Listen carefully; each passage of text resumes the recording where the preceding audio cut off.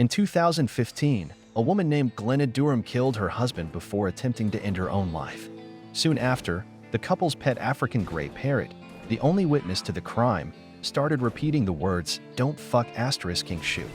Duram was later found guilty of murder.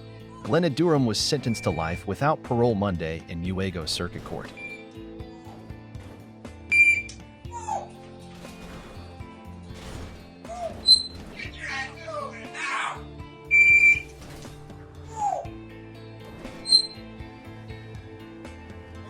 Shut up and you fucking shit!